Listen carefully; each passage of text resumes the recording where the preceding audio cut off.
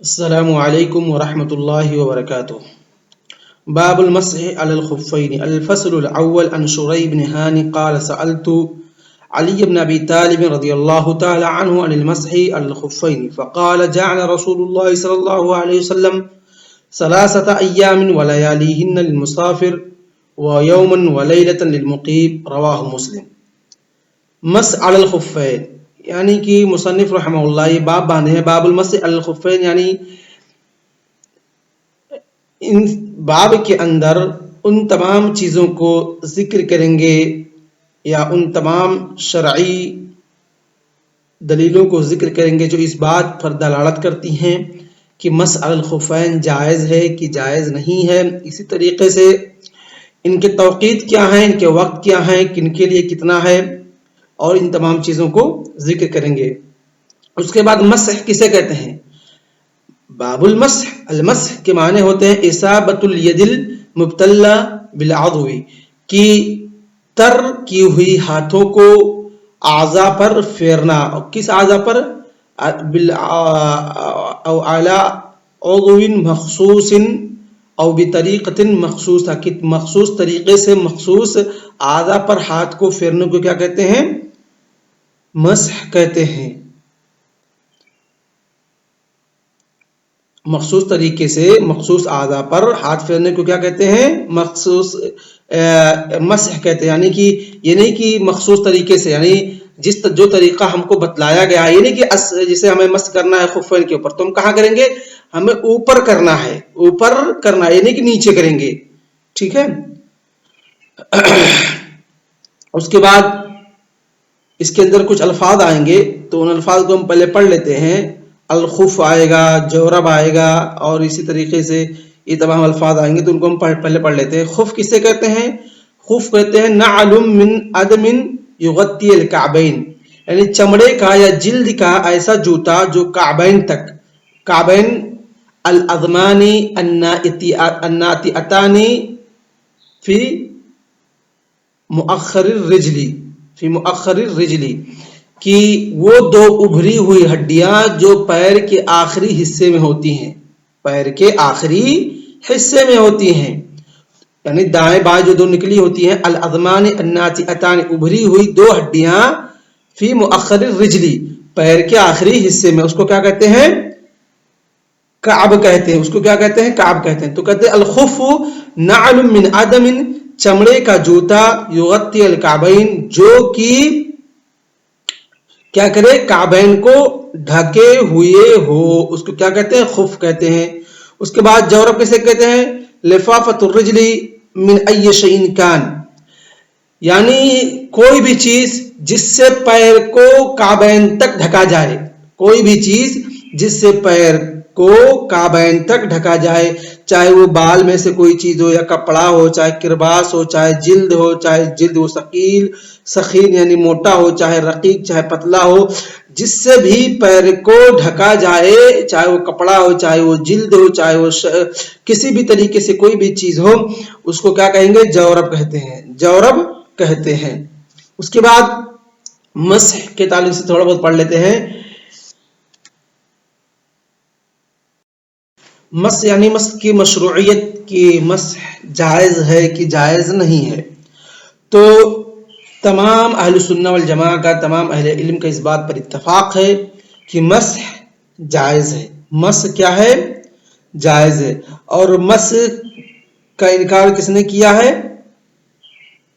مسح کا انکار روافض اور شیعہ نے کیا ہے، ان کے ہاں مسح جائز نہیں ہے۔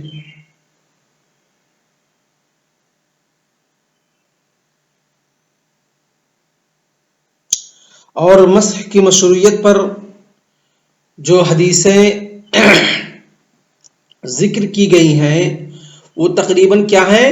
متواتر ہیں، تقریباً کیا ہیں؟ متواتر ہیں۔ یہاں تک کہ علماء نے کہا ہے کہ مسح کی مشروعیت پر جو حدیثیں ہیں جو متواتر تک درجے تک پہنچتی ہیں، اس کو تقریباً 80 صحابہ کرام، کتنے؟ 80 صحابہ کرام نے روایت کیا ہے۔ اور مسئلہ کہاں ہے پھنستا ہے؟ مسئلہ یہاں پھنستا ہے کہ جو سورہ معاہدہ کی آیت ہے یا ایھا الذین آمنوا اذا قمتم الی الصلاۃ فاغسلوا وجوہکم وایدیکم الی المرافق وامسحوا برؤوسکم وارجلکم الی الکعبین. تو یہ جو سورہ معاہدہ کی آیت ہے، اس آیت کے اندر کیا کہا گیا ہے؟ پیر کو دھلنے کا حکم دیا گیا ہے. پیر کو دھلنے کا حکم دیا گیا ہے. تو روافض اور شیعہ جو ہیں اسی آیت کو دلیل پکڑتے ہوئے کہتے ہیں کہ مسح جائز نہیں ہے، پیر کا مسح جائز نہیں ہے. لیکن علماء کا اس بات پر اتفاق ہے کہ مسح والی حدیث جو جابر رضی اللہ تعالیٰ عنہ سے مروی ہے، جریر رضی اللہ تعالیٰ عنہ سے، وہ کیا ہے؟ وہ سورہ مائدہ کے نزول کا بعد کا ہے. سورہ مائدہ کے نزول کا بعد کا، کیونکہ انہوں نے اسلام سورہ مائدہ کے نزول کے بعد لائے. تو اسی لیے ابراہیم النخعی جو تھے کہتے کان یعجبہم ھذا الحدیث لان اسلام جریر کان بعد نزول المائدہ، کہ ابراہیم جو نخعی تھے ان کو یہ بات بہت پسند تھی کہ یہ حدیث، کیونکہ اس سے یہ بات واضح ہو جاتی ہے اور ان لوگوں پر رد ہو جاتی ہے جو مسح کے خلاف ہے، جو مسح کو مانتے نہیں. کیوں؟ کیونکہ ان کا جریر کا جو اسلام تھا وہ سورہ مائدہ کی اس آیت کے، یعنی یا ایھا الذین آمنوا اذا قمتم الی الصلاۃ فاغسلوا وجوہکم وایدیکم الی المرافق، اس آیت کے نزول کے بعد ان کا اسلام ہے. تو گویا کہ یہ حدیث اس بات پر دلالت کرتی ہے کہ مسح اگر کوئی بندہ جورب یا خف یا نعل پہنے ہوئے ہے تو اس پر مسح کر سکتا ہے. اور مسح کے تعلق سے جتنی حدیثیں ہیں جو متواتر ہیں، اور جو حدیث متواتر ہیں، متواتر کے لیے قاعدہ ہے کہ کل حدیث متواتر صحیح، کہ جتنی بھی متواتر حدیثیں ہیں وہ کیا ہیں؟ صحیح. اگر کسی حدیث کا تواتر اگر ثابت ہو جائے، کسی حدیث کے تعلق سے یہ ثابت ہو جائے کہ وہ حدیث متواتر ہے، تو وہ حدیث کیا ہے؟ صحیح ہے. اس کے بروات کے تعلق سے، اس کے سند کے تعلق سے، اس کے اور تمام چیزوں کے تعلق سے، متن کے تعلق سے، ہمیں کسی بھی تعلق سے کچھ بھی کلام کرنے کی ضرورت نہیں ہے. بس اگر یہ ثابت ہو گیا کہ یہ حدیث متواتر ہے، یہ حدیث کیا ہے؟ متواتر ہے. تو جیسا کہ ہم نے بتلایا کہ جو مسح الخفین والی حدیث ہے وہ کیا ہے؟ متواتر ہے. تقریباً اس کو 80 صحابہ کرام نے روایت کیا ہے. حکم المسح الخفین، تو خفین کے اوپر مسح کا حکم کیا ہے؟ کہ خف کے اوپر مسح کر سکتے ہیں کہ نہیں کر سکتے؟ خف المسح کیا ہے؟ جائز ہے. اور جمہور کے ہاں غسل یعنی اس کو دھلنا افضل ہے، لیکن حنابلہ کے ہاں کیا ہے؟ مسح افضل ہے. یعنی اگر بندہ کوئی اس کو خف پہنے ہوئے ہے تو جمہور علماء کہتے ہیں کہ اس کو نکال کر کے دھل لے، یہ افضل ہے. لیکن حنابلہ کہتے ہیں کہ خف کے اوپر اگر اس کو طہارت میں پہنا ہوا ہے تو اس کے اوپر کیا ہے؟ مسح افضل ہے. مسح افضل ہے. لأن هذه رخصة ونحن نحب الرخصة، او كما جاء في الحديث ان الله سبحانه وتعالى يحب ان يقبل عباده الرخصة، کہ اللہ رب العالمین کو یہ بات پسند ہے، اللہ رب العالمین اس بات کو پسند کرتا ہے کہ جو کچھ رخصت دین کے تعلق سے اللہ رب العالمین نے اپنے بندوں کو دیے ہوئے ہیں، اللہ رب العالمین اس کو پسند کرتا ہے کہ اس کے بندے اس رخصت کو اپنائیں. جیسے مسافر ہے قصر کرے، مسافر ہے 3 دن تک مسح کرے، مقیم ہے مسح کرے اگر خف و نعل پہن لیا ہے. تو اسی طریقے سے مریض ہے، بیمار ہے، تیمم کرے، وضو کرنے کی ضرورت ہی نہیں ہے، پانی نہیں موجود ہے، تیمم کرے. سمجھا نا مشائخ؟ تو یہی ہے. تو راجح جو مسلک ہے، ثواب جو ہے وہ یہی ہے کہ انسان اللہ کے رسول صلی اللہ علیہ وسلم کی اقتدا کرتے ہوئے اور ان کے اصحاب کی اقتدا کرتے ہوئے افضل یہی ہے کہ اللہ رب العالمین کی رخصت کو پسند کرے. اور مسح کیا ہے؟ مسح اگر حالت طہارت میں اگر خف کو پہنا ہے تو مسح افضل ہے خلاف جمہور کے، یعنی حنابلہ کا قول اقرب الی الصواب ہے۔ اس کے بعد مدت المسح کتنا ہے؟ مدت المسح جو ہے وہ مسافر کے لیے 3 دن ہے۔ مسافر کے لیے کتنا ہے؟ پہلے اس طریقے سے ہم پڑھ لیتے ہیں، اس کے بعد حدیث پڑھیں گے انشاءاللہ۔ سمجھ میں آ رہا مشائخ؟ مدت المسح کتنا ہے؟ 3 دن ہے۔ کن کے لیے؟ مسافر کے لیے۔ اور مقیم کے لیے کتنا دن ہے؟ 1 دن ہے۔ اور یہ کن کا قول ہے؟ جمہور کا قول ہے، اور یہی قول احناف کا ہے، حنابلہ کا ہے، اور امام شافعی کا ہے جدید مذہب کے اندر، اور اسی طریقے سے ظاہریہ کا بھی یہی مذہب ہے۔ اور اس کی حدیث جو ابھی ہم نے پڑھی، حدیث علی ان نبی صلی اللہ علیہ وسلم جعل 3 ایام ولیالہن للمسافر ولیوم ولیلۃ للمقیم۔ اور مقیم کے لیے کتنا دن ہے؟ 1 دن ہے۔ اس کے بعد اب منتقل ہوتے ہیں کہ بدایت مدت المسح، کہ مسح کی مدت کب شروع ہوگی، کب انسان مسح کرنا شروع کرے گا۔ یعنی جیسے ابھی میں نے طہارت کے حال میں خف یا موزہ جو بھی ہے جورب پہن لیا، تو آیا کہ میرا مسح کی مدت اسی وقت شروع ہو گیا یا کب شروع ہوتا ہے؟ تو اس میں علماء کے تقریباً 5 اقوال ہیں۔ پہلا قول ہے یبدأ من اول حدث بعد اللبس، کہ جیسے ابھی میں نے طہارت کے حال میں وضو کر کے موزہ پہنا، اور مجھ کو حدث لاحق ہو، چاہے وہ حدث اصغر یعنی کہ پیشاب یا پاخانہ جو بھی مجھے لاحق ہو گیا، میرا وضو کیا ہوا؟ ٹوٹ گیا۔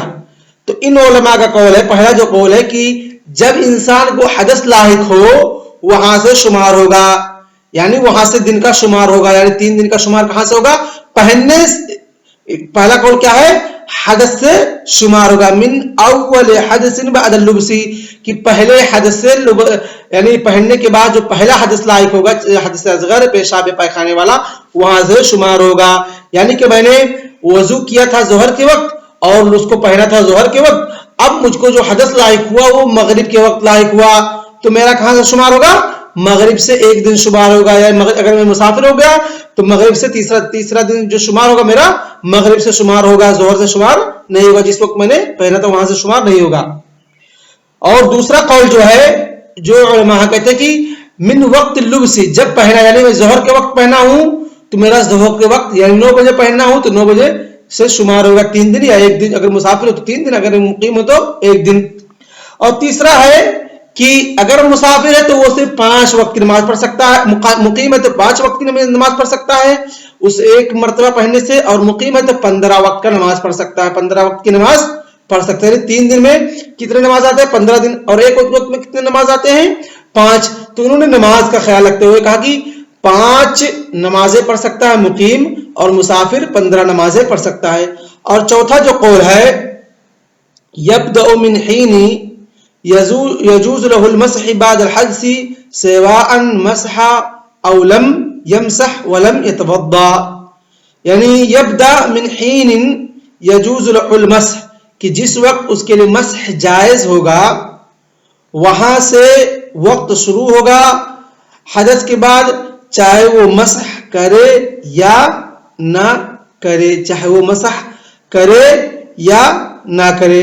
اور جو 5واں قول ہے وہ ہے یبدأ من حین او من حین اول مسح بعد الحدث، کہ جب وہ حدث اس کو لاحق ہوئی اور اس حدث کے بعد جو پہلی مرتبہ مسح کر رہا ہے اس مسح کرنے کے بعد شروع ہوگا، اس مسح کرنے کے بعد شروع ہوگا۔ مثال کے طور پہ میں نے ظہر کے وقت پڑھی، میں نے ظہر کے وقت پہن لیا اس کو، اب مجھے حدث جو لاحق ہوا عصر کے بعد لاحق، عصر کی نماز پڑھنے کے بعد مجھے 4 بجے 4:30 بجے تقریباً حدث لاحق ہوا، اور میں مسح کب کیا ہوں؟ مغرب کے وقت جا کر کیا ہوں۔ تو کب سے شروع ہوگا؟ جب میں مغرب کے وقت مسح کر رہا ہوں، یعنی حدث مجھے تو عصر کے بعد فوراً لاحق ہو گیا ہے، تو وہاں حدث کے وقت سے شروع نہیں ہوگا، بلکہ میرا جو وہ مسح ہوگا پہلا مسح ہوگا حدث کے بعد، وہاں سے شروع، یعنی میں مسح کب کر رہا ہوں؟ مغرب کے بعد کر رہا ہوں، تو وہاں سے میرا مسح وہاں سے میرا مسح کی مدت شروع ہو گئی. یعنی ایک دن اگر مقیم ہوں, اگر مسافر ہو تو 3 دن. راجح کیا ہے؟ یہی قول پانچواں قول راجح ہے کہ یبدو من حین اول مسح بعد الحدث, کہ حدث کے بعد جو پہلا میرا مسح ہوگا وہاں سے وقت شروع ہوگا, وہاں سے وقت شروع ہوگا. اس کے بعد کچھ چیزیں ہیں. اذا مسح المقیم ثم سافر, کہ اگر کوئی مقیم ہے اور اس نے مسح کیا پھر وہ سفر کر لیا تو اس کا کیا ہوگا؟ کہ من مسح على خفيه وهو مقيم اقل من يوم وليله ثم سافر فللعلماء فيه قولان. اس میں علماء کے کتنے اقوال ہیں؟ 2 اقوال ہیں. پہلا یہ کہ انه يمسح حتى يتم 3 ايام بلياليهن, کہ جو پہلے سے مقیم تھا, ایک دن کا کیا تھا, ابھی ایک دن مکمل نہیں, وہ سفر میں شروع ہو گیا, سفر کرنے لگا, تو جہاں سے وہ ایک دن والا کیا تھا شروع کیا حدث کے بعد, اسی کو کام مکمل کر, اسی پر جاری و ساری رہے گا یہاں تک کہ 3 دن مکمل کر لے. اور دوسرا یہ کہ یمسح حتى يتم يوم وليله ثم يلزمه غسل رجليه اذا توضا, کہ وہ ایک دن جب اس کا مکمل ہو گیا, اگرچہ وہ مسافر ہے, ایک دن مکمل ہو گیا تو وہ پھر سے اپنا نکال کر کے وضو کرے, اس کے بعد وہاں سے اگر مسافر ہے تو وہاں سے اس کا الگ سے شروع ہوگا. راجح کیا ہے؟ پہلا قول ہے, پہلا قول راجح, یعنی کہ اگر کوئی مقیم تھا, پہنے ہوئے تھا, ابھی مطلب ایک دن اس کا مکمل نہیں ہوا, پھر سفر میں نکل گیا تو اسی پر جاری و ساری رکھے یہاں تک کہ 3 دن مکمل ہو جائے. لیکن شمار کہاں سے ہوگا؟ وہی پہلے دن سے ہوگا جہاں سے اس نے اقامت کی حالت میں شروع کیا تھا مسح. اور اسی طریقے سے اگر کوئی مسافر ہے اور اس نے 3 دن کا کیا اور اس کے بعد وہ مقیم ہو گیا, یعنی ایک دن بھی سفر میں نہیں رہا, اس دن مقیم ہو گیا, تو کیا ہوگا؟ جیسے پہنچے گا ایک دن مکمل ہونے کے بعد اس کو نکال دے گا, اس کو کیا کرے گا؟ نکال دے گا. اور اس کے بعد مسح کی شرط کیا ہے؟ مسح کی شرط کیا ہے؟ مسح کی جو شرط ہے وہ یہ کہ انسان اس کو طہارت کے حالت میں پہنے ہوئے ہو. اس کو کیا کس حالت میں پہنے ہوئے ہو؟ طہارت, یعنی جو موجہ یا خف جو بھی ہے اس کو جو پہنے, اس کو یہ جورب جو بھی ہے اس کو کیا پہنے؟ طہارت کے اصل میں حالت وضو میں پہنے. جیسا کہ مغیرہ بن شعبہ کی حدیث ہے, اللہ کے رسول صلی اللہ علیہ وسلم فرمایا دعہما فانی ادخلتہما طاہرتین, کہ جب وہ کہتے ہیں فاحویت ان اخلعہما, کہ میں جھکا کہ اللہ کے رسول صلی اللہ علیہ وسلم کے موزے کو نکال دوں تاکہ اللہ کے رسول صلی اللہ علیہ وسلم دھل لیں, کہا لا دعہما فانی ادخلتہما طاہرتین, چھوڑ دو, میں نے ان کو حالت طہارت میں پہنا ہوا ہے, یعنی مسح کرنے جا رہا ہوں ان کے اوپر. گویا کہ جو شرط ہے مسح کے لیے وہ یہی ہے کہ انسان اس کو حالت طہارت میں پہنے ہوئے ہو.